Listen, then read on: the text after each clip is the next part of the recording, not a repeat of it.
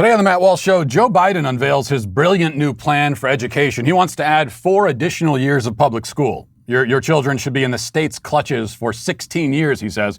We'll talk about all the reasons why that's a terrible idea today. Also, 5 headlines, including talk of sending U.S. troops into Haiti. And a teachers union comes out and says that we need more critical race theory in education, while another union says that there is no critical race theory in education at all.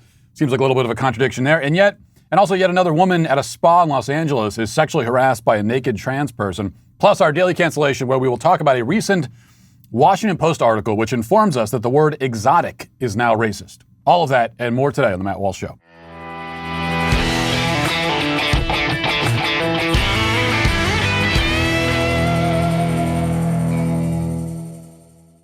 You know, if you're tired of throwing your money at companies who really, it would seem, don't want it, or they want your money, they just don't want you, they don't like you. If you're tired of throwing your money at companies like that, then start looking for companies that support you and share the same morals and values as you. One such company is Charity Mobile, the pro-life phone company. And if you become a Charity Mobile customer, as I am and have been for well over a year now, 5% of your monthly plan price goes to the pro-life, pro-family charity of your choice. And that all that means is that when you're paying your bill and you're doing that, you're also helping to build a culture of life in America as you support a pro-life phone company. But there are a lot of great perks that come with it as well. New activations and eligible accounts get a free cell phone with free activation and free shipping.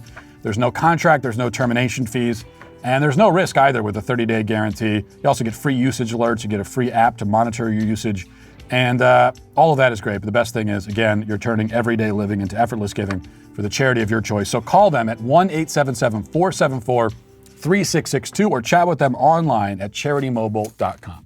Everyone is, of course, familiar with the old saying about the definition of insanity. Insanity is doing the same thing over and over again and expecting a different result. Well, I think we might revise it slightly where the government is concerned and say that insanity is investing more and more time and money into an ineffective strategy, hoping that it will magically become effective. You can always count on politicians to come along and say, well, this thing we're doing doesn't seem to be working, and that's why I propose that we spend another $5 trillion on it.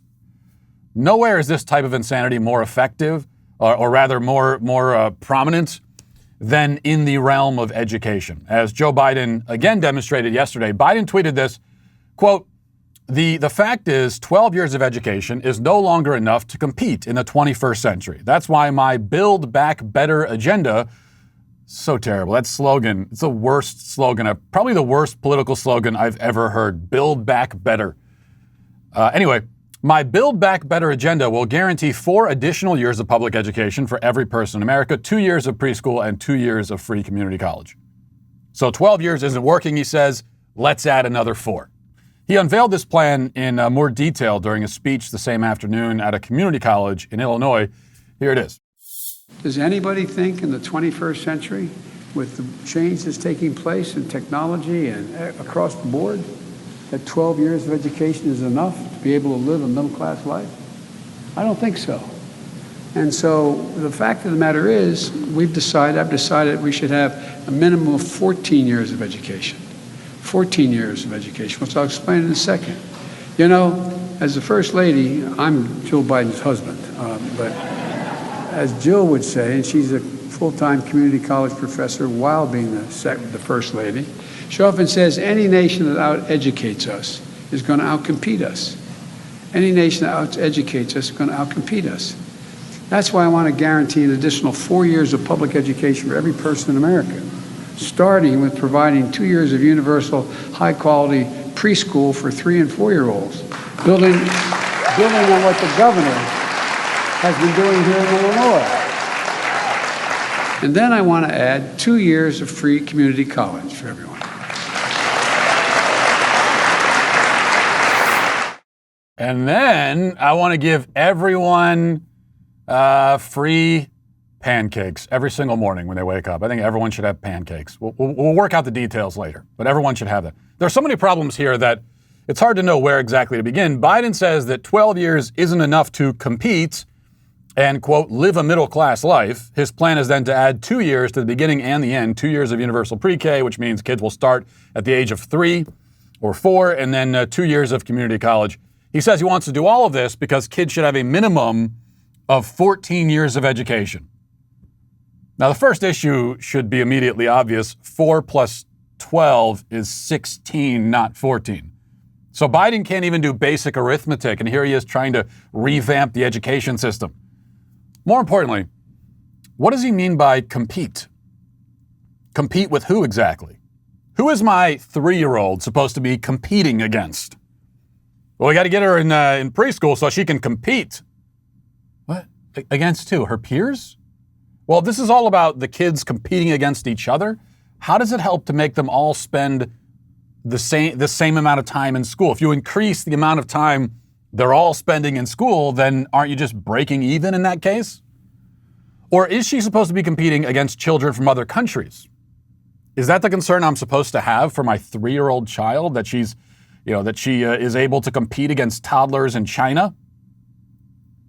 Where do we get this idea that education is primarily a competition? Isn't that a fundamentally grotesque and bizarre and ugly way of looking at it? Education is supposed to make people smarter and more knowledgeable and wiser. A good education ultimately makes you a better person. Note the good qualifier there. A good education will do that. But it's hard to achieve that goal, the goal of being a better and wiser person, if you're doing it in the name of competition. Or by compete, do you mean simply that our kids' ultimate purpose is to be cogs in the corporate machine? That's their great calling in life, and more time on the government education assembly line will better enable them to fulfill that vocation. Is that what you're saying? So again, what precisely are you saying? What is anyone saying when they advocate for education as competition? And then, in spite of all this talk about competing, which sounds ruthless and dreary, but at least ambitious in a certain way, Biden says that the real goal is to live a middle-class life. Oh, is that all? Now, there's nothing wrong with being in the middle class. Most people are. But since when is that the fulfillment, the destination? Since when is that the goal in and of itself? Politicians talk about the middle class as if it's all anyone should ever strive to achieve, even though, of course, none of them are actually in the middle class themselves. So just think about this for a minute. Biden is arguing that you need 16 years of formal education in order to simply be middle class. You need to be in class from the age of 3 until at least your 19th or 20th birthday so that you can be rewarded with a salary of $45,000 a year and an 1,100 square foot townhouse. Again, there's nothing wrong with that salary or that kind of house, but the idea that you need 16 years of education to attain it is nonsensical. And the idea that such attainment is all anyone wants or should want is wrong and weird, not to mention depressing. Biden says that 12 years of formal education simply isn't enough. This is something we hear a lot. It always rings hollow in my ears, I have to tell you, because 12 years of formal education is all I have. And I'm doing quite well, I have to say. I'm not a trust fund baby. I didn't start out with $1 million in the bank. I didn't start out with any money in the bank at all. And yet I've had success, and now I'm supporting a family of 6 on my own with only a high school diploma to my name. And I barely even earned that diploma, to be honest with you. Am I some sort of earth-shattering exception? Am I so incredibly talented and brilliant that I managed to do what Biden and so many others say is virtually impossible? I'd like to think so, for my ego's sake. When I hear that this is like impossible to do, I really want to believe that, because then that means that I'm very special. But I'm not. The fact is that a great many paths in life, profitable paths that could lead to success, do not require formal education outside of high school. And then there are many more which, if they do require some kind of formal education outside high school, require something like a trade school, not a 4-year university. These sorts of pathways and options are becoming more plentiful, not less. There are, as time goes on, more, not fewer professions where the only thing that matters is whether you can do the job. I can tell you that in my business, nobody gives a damn about whatever paperwork you might have. All that matters is whether you can do it, whether you're good at it, whether you put in the work. And this is not unique. There are many industries like that. Can you do it? Are you good at it? If you can, there's a spot for you. If you can't, there isn't. waving a paper around and saying, yeah, but I have this piece of paper. Nobody cares. That's the case for a lot of jobs. But let's say for a minute that Biden is right. Let's pretend, for the sake of argument, that 12 years is insufficient. That kids are emerging from their measly 12 years woefully unprepared to compete or even to be functional middle-class citizens of the country. Actually, we don't need to pretend. That actually is true in many cases. A great many kids are coming out of their public school education with no knowledge, no skills, no idea what they want to do with their lives or can do, utterly ill-equipped for life, having learned virtually nothing. There are millions of kids who went to public school and in the end have learned nothing. They would have been better off spending those 12 years like in a jungle being mentored by spider monkeys. There's a lot of kids for whom that's the case. And so we know that. What is the solution then? To send them back into that environment for 4 more years? To do more of the thing that didn't work to begin with? To invest more of their young lives, not to mention trillions of additional dollars from the taxpayers, to do the thing that was already proven to be totally ineffectual? No, obviously not. These are kids who either will not thrive in any kind of formal educational environment because their minds simply aren't wired that way. I fall into that category. That doesn't mean we can't learn. It just means that we can't learn like that. I love to learn. I just can't do it if you sit me at a desk for 7 hours a day and you've got it all regimented. You say, this is what you're going to learn now, and now you're going to learn this, and now you're going to learn this. I can't learn like that. Doesn't mean I can't learn. A lot of kids fall into that category. Or these are kids who will not thrive in the particular educational environment of modern public school because that environment is horrible for learning, which is why only a very small percentage of kids manage to do it. Whichever the case, 4 more years isn't going to help. 20 more years won't help. And it especially won't help these days when kids are spending large chunks of their initial 12 years sitting in classrooms and learning what it means to be, a gender fluid pansexual, rather than learning foundational things like writing and mathematics and science and literature. If you really want to compete with China, then you'd get rid of the LGBT and the critical race theory indoctrination, because I can guarantee you they aren't wasting any time on any of that in Chinese classrooms. But all of that's a moot point, really. The talk of competing, of achieving the goal of being middle class, all of that is window dressing. The real reason these people want more public education, want to have your kids in their clutches for longer and longer, is so that their minds and souls can be formed, your children's minds and souls can be formed into the shape that these people prefer. And that has nothing to do with learning math or science or history. The powers that be don't give a damn whether your kid knows anything about math or history or literature, whether he can write well. None of that is the point of education as far as Biden and everyone else on the left are concerned. Rather than cut back on the LGBT and critical race theory stuff, they're making room for it more and more and pushing real educational subjects to the side precisely because these things are the point. Your kids belong to them. Their souls belong to them as far as they're concerned. Give your kids to us early, they say. And we may not make them smart or successful or competent or happy or fulfilled, but we will make sure that they have the right opinions and the right values, and that they become the right sort of person, which is to say, the opposite of the sort of person you want them to be. That's the real purpose of all of this. Now let's get to our 5 headlines.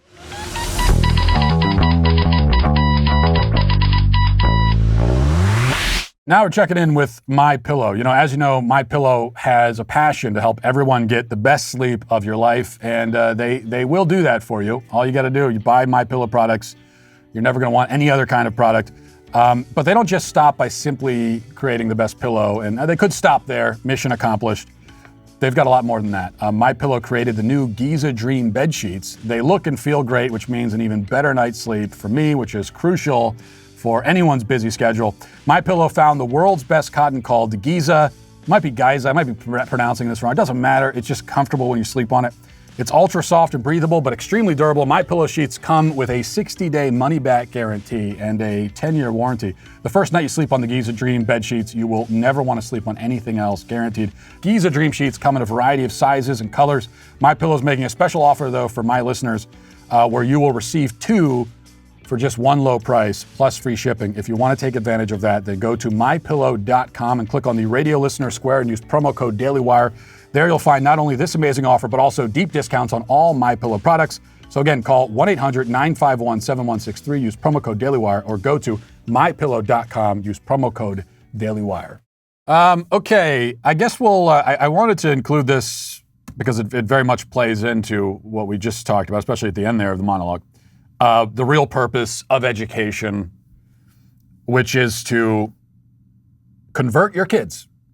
You know, for the left, public education is religious education. It's all about conversion. And here is, and most of the time on the left, they'll deny that, or they'll try to kind of use euphemisms. They don't want to speak directly about it and admit that, yeah, we want your kids, we want to convert them and make them into the kinds of people that we think they should be. Usually they skirt around that subject. They're not going to be so blunt and straightforward about it. But every once in a while, they'll come out and admit it. And sometimes do that in the form of song. So I got to play this for you to begin with. This is the San Francisco Gay Men's Chorus, as they're called. And they've apparently been around for a long time. This is a video they put out on YouTube. It's titled A Message from the Gay Community. And anyway, here's the message. Let's listen. You think we're sinful? You fight against our rights. You say we all lead lives you can't respect. But you're just frightened. You think that we'll corrupt your kids if our agenda goes unchecked.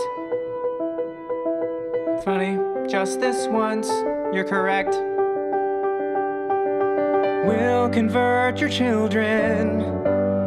Happens bit by bit, quietly and subtly, and you will barely notice it. You can keep him from disco, warn about San Francisco, make him wear pleated pants, we don't care. We'll convert your children. We'll make them tolerant and fair. There you go. That is ultimately the goal. Now, we also have, okay, we'll play this clip for you real quick too, because then the song goes on. I'm not going to play the whole thing for you, but I think the creepiest part of the whole song, you probably thought that it couldn't get creepier than that. Well, it does. Here you go. We're coming for them. We're coming for your children. We're coming for them. We're coming for your children. We're coming for them. Oh, nothing weird about that. A bunch of grown men saying, we're coming for your children. What else do you need to know? They've put it in song. They're singing it to you. We're coming for your children. Yep, we are. We got a whole song and dance about it. Yeah, even in spite of this, there are still people, even people on the right, a lot of people on the right actually.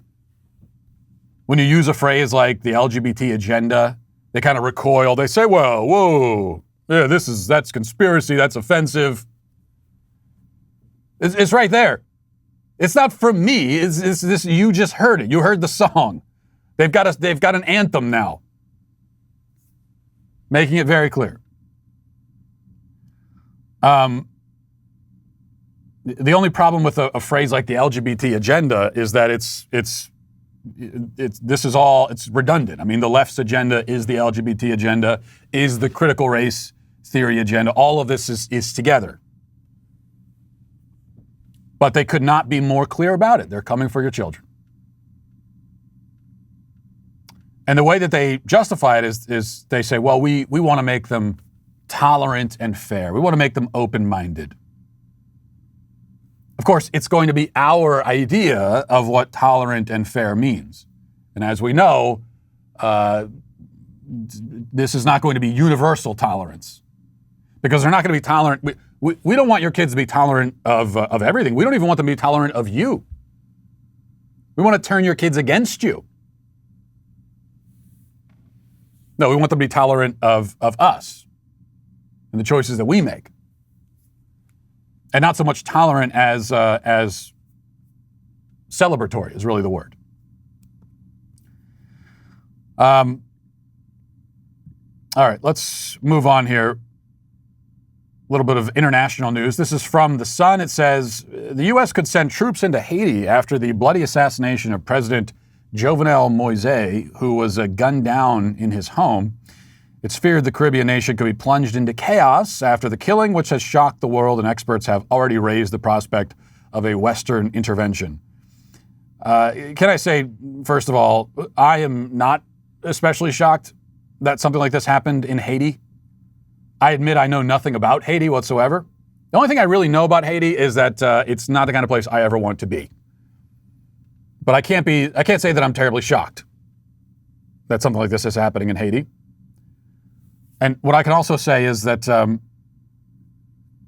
I have no interest in seeing any U.S. troops go to Haiti. How is that our problem? And I think we have to be outspoken about this kind of thing right now. Because right now, it's all we're being told is, well, there's talk. We might send some troops in. As the American people, we have to put our foot down and say, absolutely not. Stop right there. That's not happening.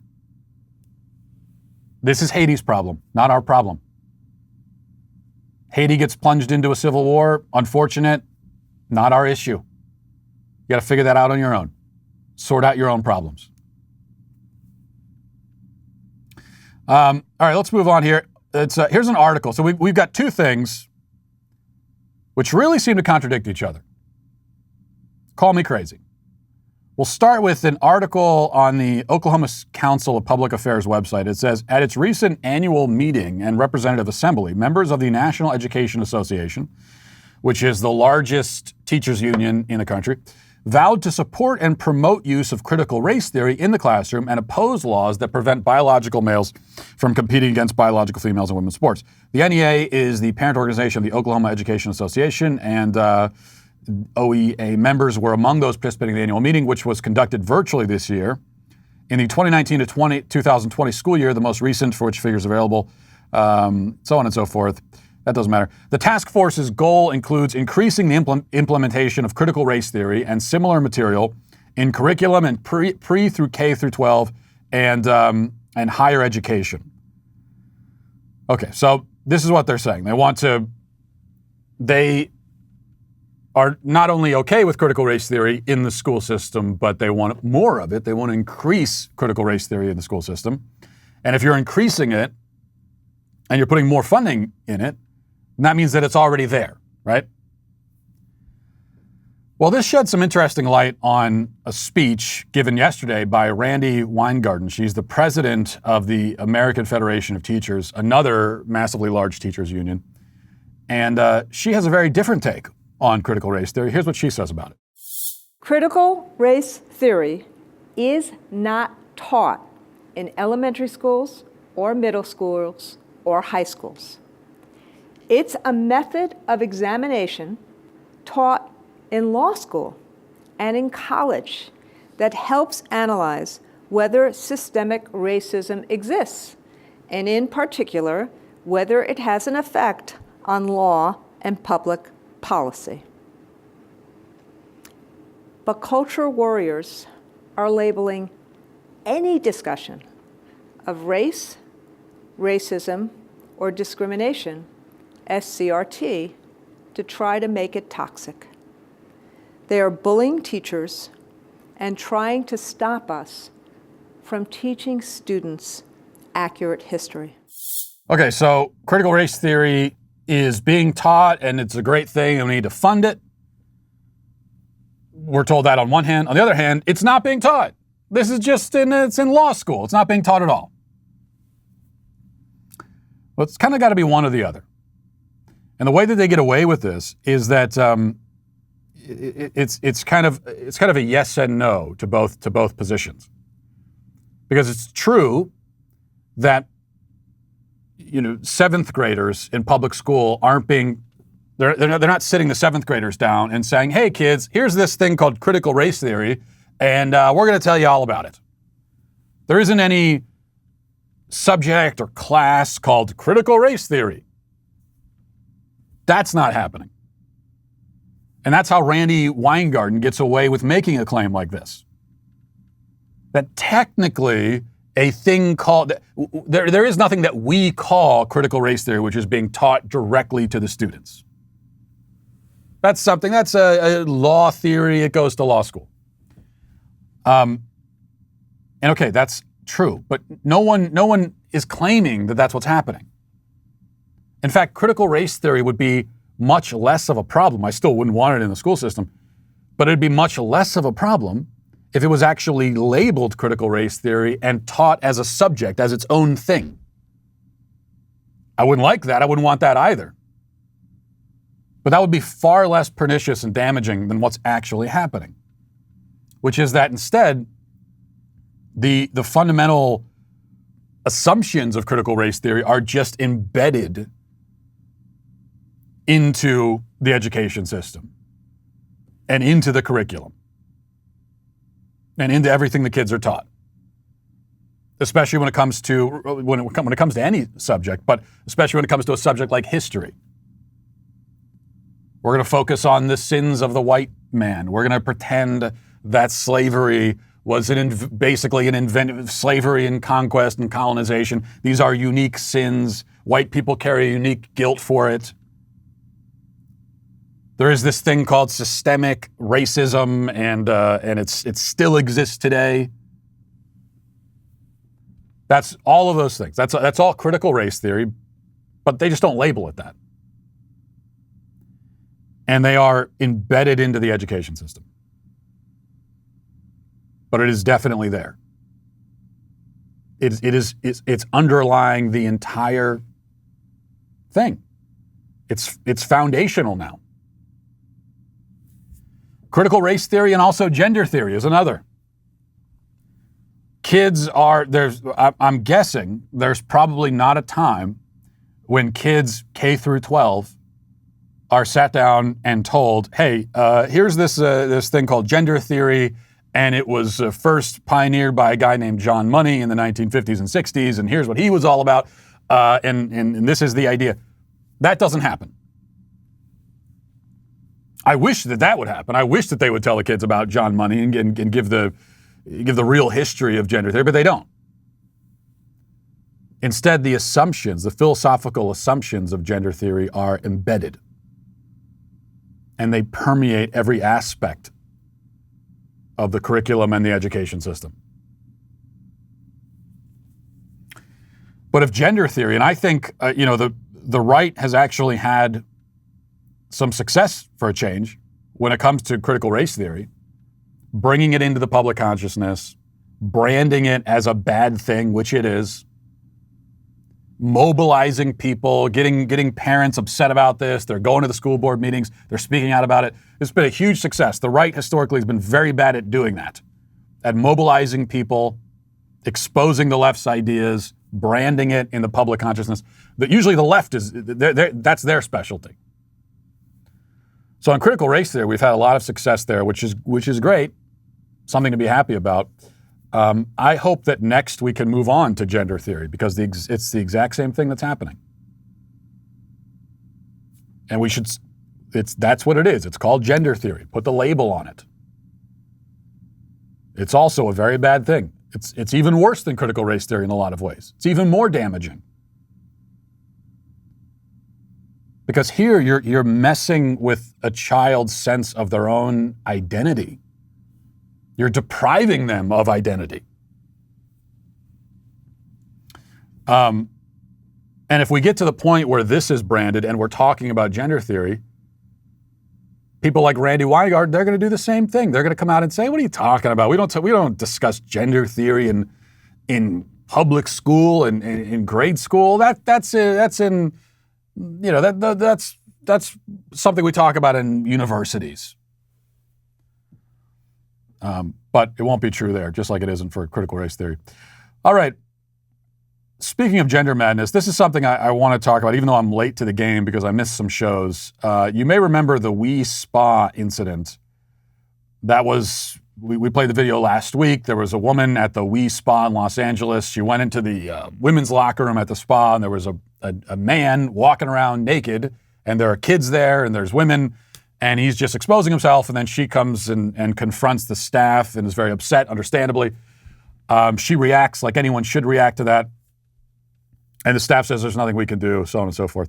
Well, there was a protest against the spa over the weekend. Antifa showed up. Things got violent, as they always do when Antifa shows up. And here's how NBC reports on what happened. I'll just read the NBC report to you. Demonstrators clashed outside of a Koreatown spa on Saturday after a transgender woman apparently disrobed in an area reserved for women. A few far-right protesters appeared to be outnumbered by those favoring transgender rights. Police declared the gathering an unlawful assembly in the afternoon. Officers spread out at the scene, and an LAPD helicopter whirled overhead as demonstrators shouted at each other and, in a few cases, exchanged blows, according to social media video from the incident. The protest was prompted by an incident captured on video and shared on social media of a woman complaining to We Spa USA workers about a trans customer who disrobed, and listen to this sentence here, thus displaying her penis in an area where women are nude. The incident occurred about a week ago. The workers stood by the trans woman and said legally they cannot discriminate against her. Her penis. And then the report continues. Some of the protesters, according to images and videos from the scene, included apparent QAnon supporters with T-shirts that mention the term pedo-wood, a baseless theory about a secret cabal of Satanist child abusers in government, entertainment, and media. Videos showed demonstrators clashing with each other and with police. Protesters' chants included "Save Our Children," another expression affiliated with QAnon. This is another thing where do you even begin with this? "Save Our Children" is a QAnon expression. I've been going to pro-life events for 20 years or more, and "Save Our Children" is a really common slogan there. I didn't know that we were all QAnon supporters. This is way before QAnon existed. So now, according to NBC, if you want to protect children, you are a far-right extremist, and even more specific than that, you are a believer in QAnon because you want to protect children. And if, in general, you don't think that men should be disrobing in front of women without their consent, then that's far-right extremism. But always remember, the people who support this, who would type a phrase like "her penis," for them it's all about science. This is the pro-science crowd. Well, meanwhile, another woman has come forward to talk about her own experience getting sexually harassed by a trans person at this very same spa. And this woman, we'll play the video for you, she showed up at this protest. She's one of the far-right extremists. But as she talks about in the video goes on for like 9 minutes. Lives in Los Angeles. She's always voted Democrat. She's very liberal. She says she goes to pride parades. It's just that she doesn't think that she and her 6-year-old daughter should be exposed to naked men. That's all. And that makes this registered Democrat, gay pride supporter a far-right extremist. But let's listen to her talk about her experience at the spa. She went there with, again, her 6-year-old daughter, and they're in the women's side of the spa, and everyone's naked, which is what they do at these spas, apparently. And she's at she's sitting in the hot tub when a man walks in, and here's her talking about the story. We're having a great time. We're in there with other women when a person, I guess, with a penis and a beard came over with two girlfriends. They appeared to me to be lesbians with tattoos and colored hair. And they appeared, the three of them, to be kind of progressive activist types. They came in with kind of an entitled attitude, and they sat down on the edge of the hot tub where I was with my daughter, my 6-year-old daughter, who was naked. And the person with the penis sat down on the edge of the hot tub with just fully on display, with his genitals fully on display. And so me and the other women in the hot tub kind of looked each other in the eye, and we just kind of made this face like, what the heck? And, we're motioning to my daughter, I'm motioning to my daughter, and the women in the hot tub are like, I know, what the hell? And, we were just uncomfortable, and I was trying to block my daughter from seeing the penis on the person with the 5 o'clock shadow, who was not trying to look like a woman at all. And we got out of the hot tub, and I walked away, and I thought I spoke to a different woman, and this other woman said, they spoke to this person about covering up, but they refused, and I felt kind of horrified. So this is a man coming in, 5 o'clock shadow, everything, making no attempt to appear like a woman at all. Not that that matters. Who cares if he did?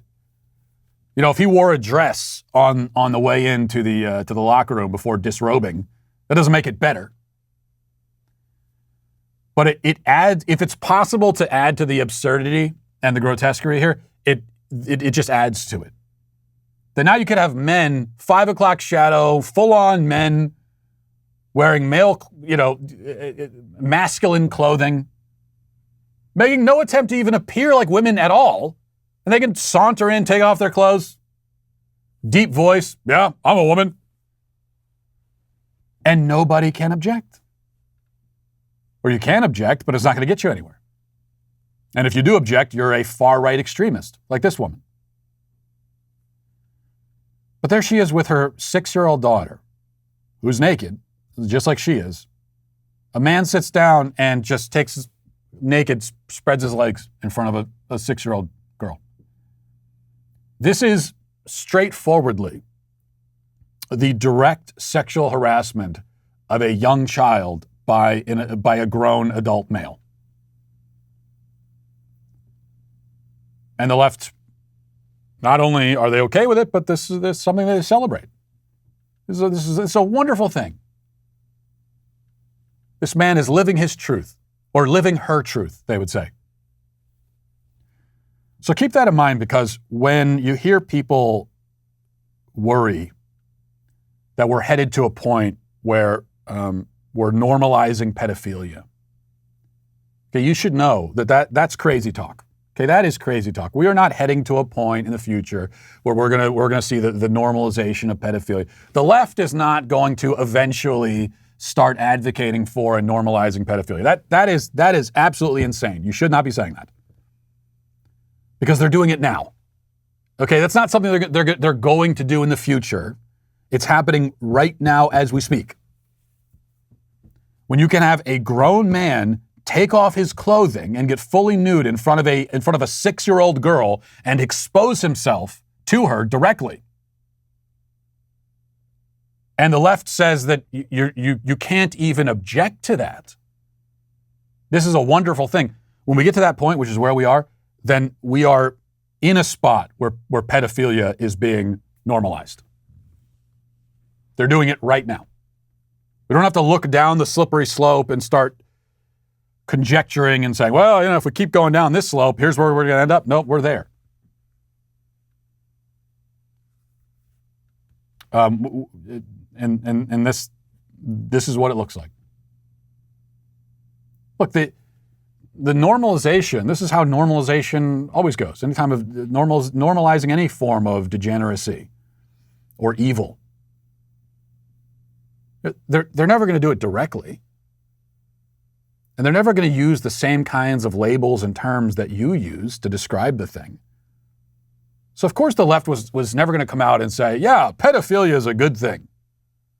They're never going to do that. They're not going to use that word. that word is forever associated, has bad association for everyone in the world. They can't rescue that term, so they're not going to use it. But what else could you possibly call this? In fact, I may be even understating the case a little bit, because I'm saying this is sexual harassment of a child. As a man, to expose yourself to a young child as sexual harassment, I think it would be more appropriate to say this is sexual assault. And in any other circumstance, the left would have no issue with that characterization. If this was a quote-unquote cisgender male who just takes off his clothes in front of a 6-year-old girl, I think we would all be able to agree that is harassment. It's also assault. You're assaulting her. But if the man in his head allegedly feels like a woman while he's doing it, then it's okay. All right, let's move on from that for now. One more story before we get to reading the comments. This is, well, I'll just read you the story, and I'll let you react to it however you do, and then I'll let you know what the correct reaction should be. All right. It says, a peacock that had been a staple in a California neighborhood for years was found shot dead after someone posted a Craigslist ad taking out a hit on the bird, according to local reports. The online posting went up on June 13th, a little more than 2 weeks before the peacock, nicknamed Mr. P or Azul, was apparently killed in Humboldt County. Resident Melissa Glass told the newspaper, "It's really sad because he probably suffered for at least 2 or 3 hours before he died, possibly more." Glass said that one of the neighbor's daughters had actually recalled seeing a Craigslist ad in search of a peacock assassin. The ad, which was first reported by local outlet Lost Coast Outpost, had appeared in Craigslist's wanted section with the title, "Someone to get rid of a peacock," adding it wanted the animal dead by any means necessary. The author claimed that the bird had first appeared in the neighborhood 4 months ago and complained about being awakened by its calls. The ad read, quote, "Please contact me so we can form a strategy to eliminate this bird and also to agree on how much you'll be compensated." But Glass told the Times that the peacock began visiting her neighborhood 6 years ago and often came by her house because it likes spending time with the chicken she owns. And then finally this ad shows up on Craigslist calling for an assassin, for the peacock assassin. And I guess someone actually takes it upon themselves to respond to this cry for help. The bat signal went up and someone assumed the role of Batman and came in and vanquished this villain. Now we're being told, going back to the article, says the Humboldt County Sheriff's Office said the deputies are investigating the incident and that a potential suspect had been identified. Deputies said, quote, the crimes currently being investigated are animal cruelty and conspiracy to commit a crime. This, I think, is one of the great injustices of our time, arguably. You have this hero, maybe two heroes, taking care of this problem. And now we're going to charge them with a crime for killing a peacock? By the way, the only reason they're getting charged with a crime is because the peacock has pretty feathers. That's the only reason. If this was like a vulture or a crow or even like a wild turkey, some ugly animal that doesn't have pretty colors, and they were in the neighborhood and someone shot and killed them, no one would have a problem. There'd be no criminal charges. So the actual crime here is that you killed something that was pretty. It was pretty and people liked looking at it. And now we're going to charge you with a felony. I don't know if these are felonies, but we're charging you with a crime. Now, if you think that I'm being, that this is harsh to defend the assassin of an innocent peacock, I went to YouTube because, I'm something of a peacock expert myself. You might not be. Maybe the only thing you know about peacocks is that they have pretty feathers. Well, I went to YouTube and I found a video that has the call of a peacock, just so you can see and hear, rather, what this sounds like. Can we play this video? Here's what a peacock sounds like. I don't know why this YouTube video exists. There are actually a lot of YouTube videos of peacock sounds. I don't know who all these weirdos are who need, 10-minute videos of what a peacock sounds like. I guess I'm one of the weirdos. Anyway, listen to this. Listen to this.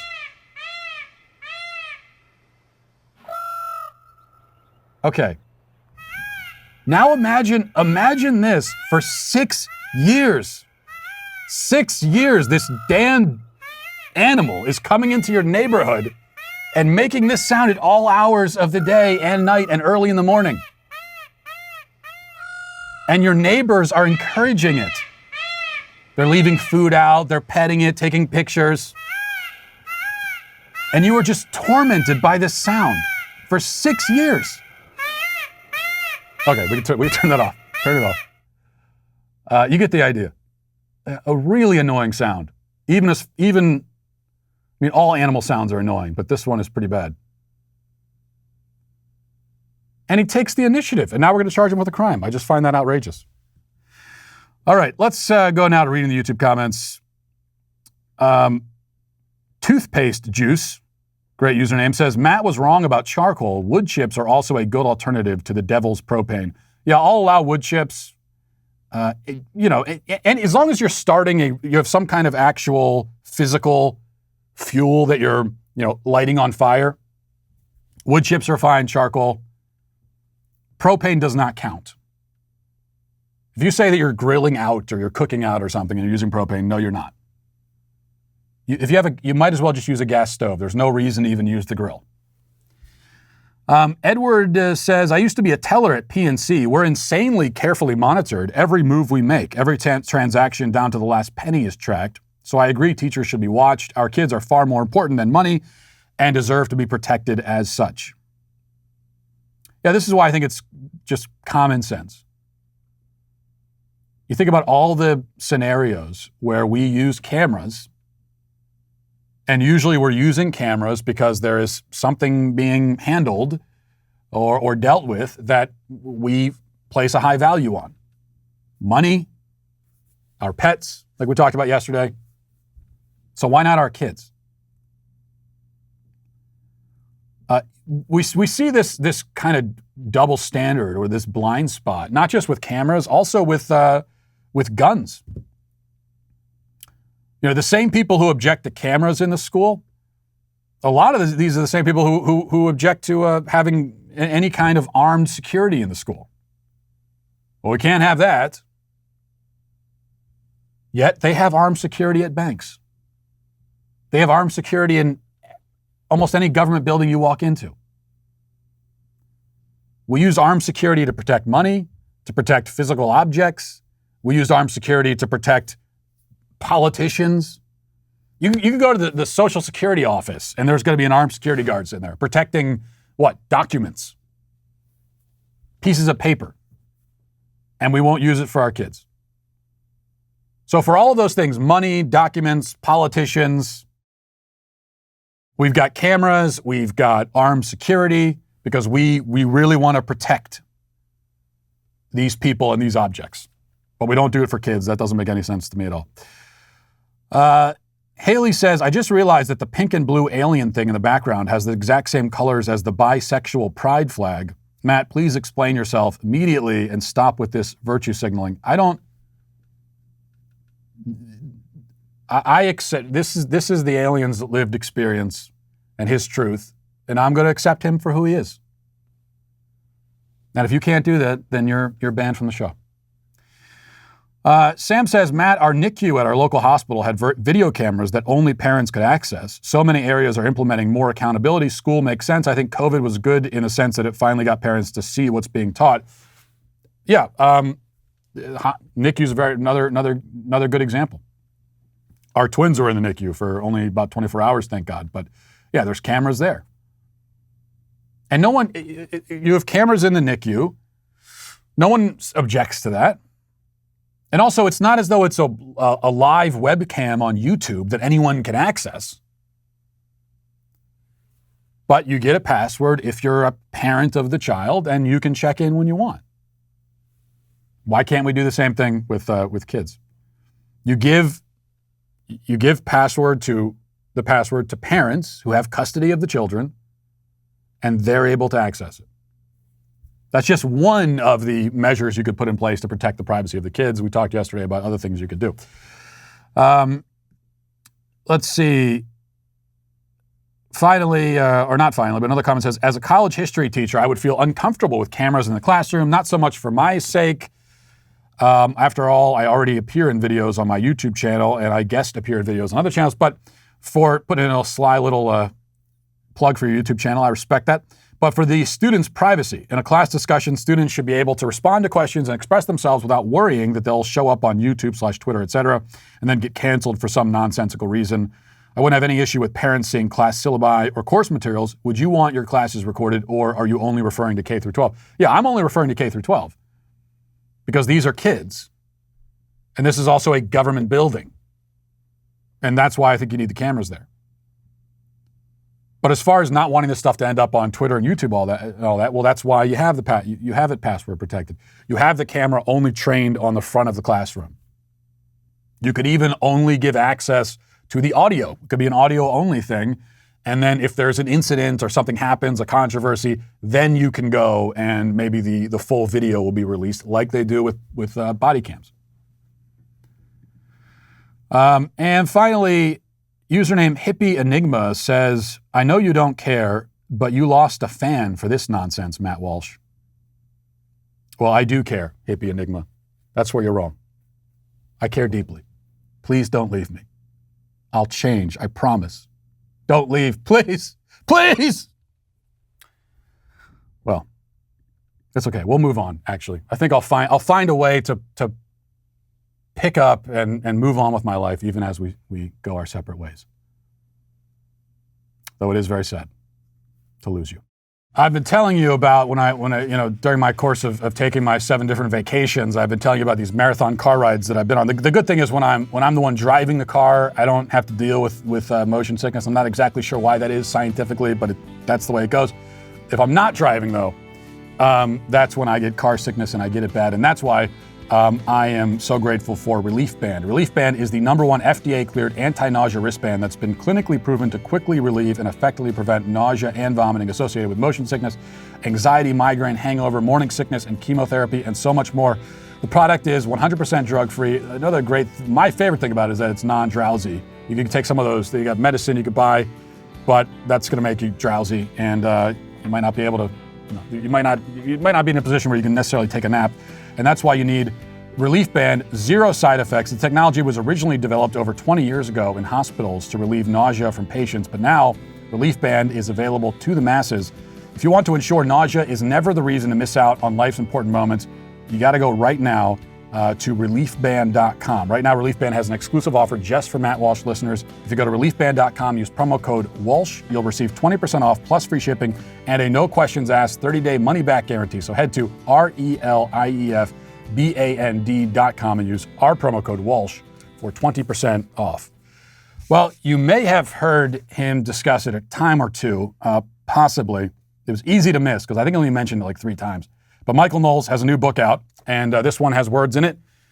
And that's, my second favorite kind of book is the kind that has words in it. The book is called Speechless, Controlling Words, Controlling Minds. And if you haven't picked up a copy, now's the time to do it. The book takes you through the origins of political correctness and what its rapid spread through American society means for our future. It'll give you the tools you need to understand and spot political correctness in order to stop it.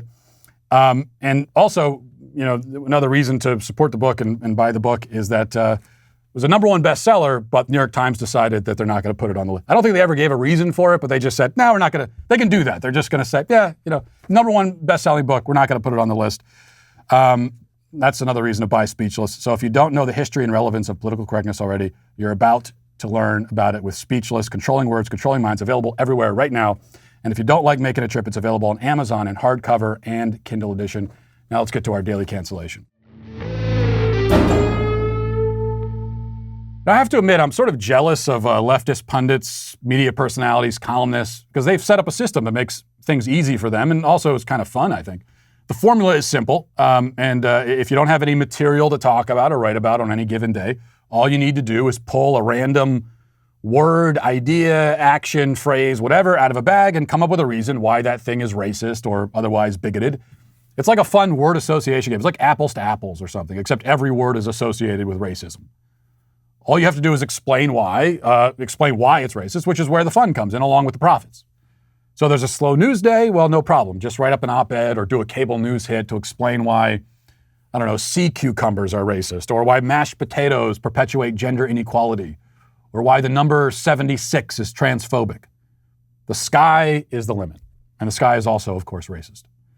G. Daniela Galarraza, food writer for the Washington Post, decided to play this game in a piece published this week titled "Stop Calling Food Exotic." Now, note how these titles never say, "Please stop," or "Maybe you should stop," or "Here's why I personally don't like this thing." It's always "Stop doing it. You have no choice. I have decreed, and now you must obey." As a theocratic fascist myself, I can appreciate that style. But in any case, here's what Daniela says. She says, quote, "One of the nicest things about Afghan restaurants is that they appeal to even the most timid of diners." Mark and Gail Barnett wrote in the May 16th, 1993 edition of the Post, "Your visiting aunt from Spokane, Washington can enjoy the adventure of an exotic cuisine with the reassurance of familiar-looking food." The Barnetts meant no harm, no foul when they put the word exotic in their review of Bethesda's Sunrise Kebab, but their presumptive Anglo-centric perspective on a cuisine based in South Asia says more about how they saw the world than about the cuisine itself. Okay, now pausing here, the writer is, if you're a little confused, the writer is going back 28 years to some food column written 28 years ago in order to make her point. If that seems like a hell of a reach, I mean, it is, but don't worry, because she also has random emails from readers that she uses to prove her point. So you add together the emails and this review of a kebab shop in Bethesda in 1993, and we've got ourselves a full-on crisis. She continues, quote, "After I wrote about a 7-minute, 7-ingredient ramen in early March, I received the first of several emails from readers complaining or gently chiding me for including exotic spices or condiments in my Eat Voraciously newsletter. Your offerings tend to be exotic foreign cuisine that we wouldn't even order in a restaurant and certainly aren't interested in cooking at home," one reader wrote. Another complained about the exotic ingredients in some recipes and asked if I could, quote, "please try to pick some recipes featuring ingredients that are readily available." Reading the word hit me like a slap, and initially I wasn't even sure why. Did they think the dish sounded odd or disgusting? Or were these ingredients simply hard for them to find? The first problem with the word exotic is that probably within the past 2 decades, it's lost its essential meaning. The second, more crucial problem is that its use, particularly as applied to food, indirectly lengthens the metaphysical distance between one group of humans and another, and in so doing reinforces xenophobia and racism. Now, the article goes on for many more paragraphs explaining why, as she puts it, the use of the word exotic tends to, quote, "ostracize the other in the service of empowering oneself." I'm not going to read much more from the article to spare you the pain, but I do want to share just this piece towards the end. She says, she's quoting now someone, she says, "I have never heard the word exotic used in reference to something that is white," says Chandra D. L. Waring, professor of sociology at University of Massachusetts Lowell. "You know that exotic means other or different from a dominant white perspective because no one ever says, 'I'm going to go on an exotic vacation. I'm going to Lowell, Massachusetts.' No one ever says, 'Let's go to that exotic new restaurant. Let's go to McDonald's.'" Now, yes, you probably have never heard someone call McDonald's exotic. That's because exotic is a word with a definition. And the definition is, quote, "originating in or characteristic of a distant foreign country." McDonald's does not originate in a foreign country. It originates in Los Angeles County. And there are McDonald's every 14 feet in America, so no part of a McDonald's experience could possibly feel exotic or foreign. Except maybe when you bite into your Big Mac and end up with some kind of foreign, unexpected object in your mouth, like a piece of hair or a toenail clipping. It also may be true that you've never heard someone in, say, Japan or Vietnam or Somalia describe American things as exotic. Do you know why that is? Well, it's because exotic is an English word. And they speak other languages in those countries and have different words to describe things that are foreign. But they certainly do have some kind of word for that concept, and I can guarantee they use it freely, and nobody ever stops to wonder whether its use is ostracizing or offensive. Words like exotic and foreign and alien and different, they are by definition subjective, which doesn't make them wrong or offensive.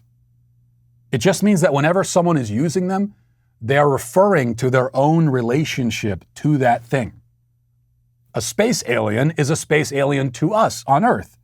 when he's flying his big Tic Tac through the sky while Navy pilots film it. But he's not a space alien back on planet Zepton or wherever. To him, we're the aliens. To us, he's the alien. The same concept applies in more earthbound situations. To us, food from a country 5,000 miles away is exotic, foreign, maybe strange. To the people who live there, it's just lunch. And to them, our food and customs might be strange. The only difference is that the foreigner is allowed to make those subjective judgments about us while we're not supposed to make it about them. And that's really what's going on here, right?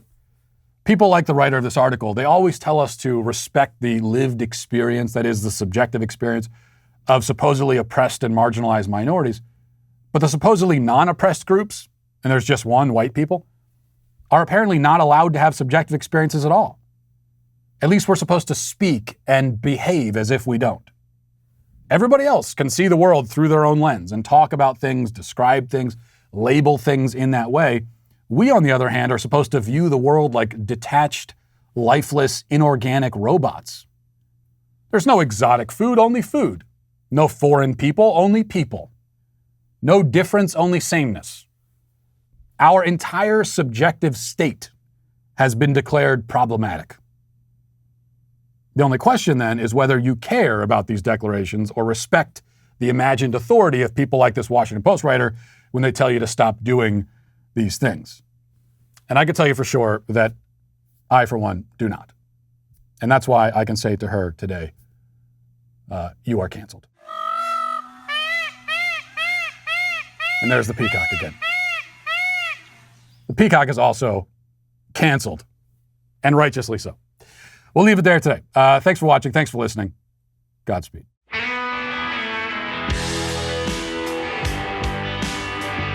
The Matt Walsh Show is produced by Sean Hampton, executive producer Jeremy Boring. Our supervising producers are Mathis Glover and Robert Sterling. Our technical director is Austin Stevens. Production manager Pavel Vodosky. The show is edited by Sasha Tolmachov. Our audio is mixed by Mike Coromina. Hair and makeup is done by Nika Geneva. And our production coordinator is McKenna Waters. The Matt Walsh Show is a Daily Wire production. Copyright Daily Wire 2021. President Trump sues the oligarchs in Silicon Valley. A San Francisco gay men's chorus is coming for your children, and BLM attacks the American flag. Check it out on The Michael Knowles Show.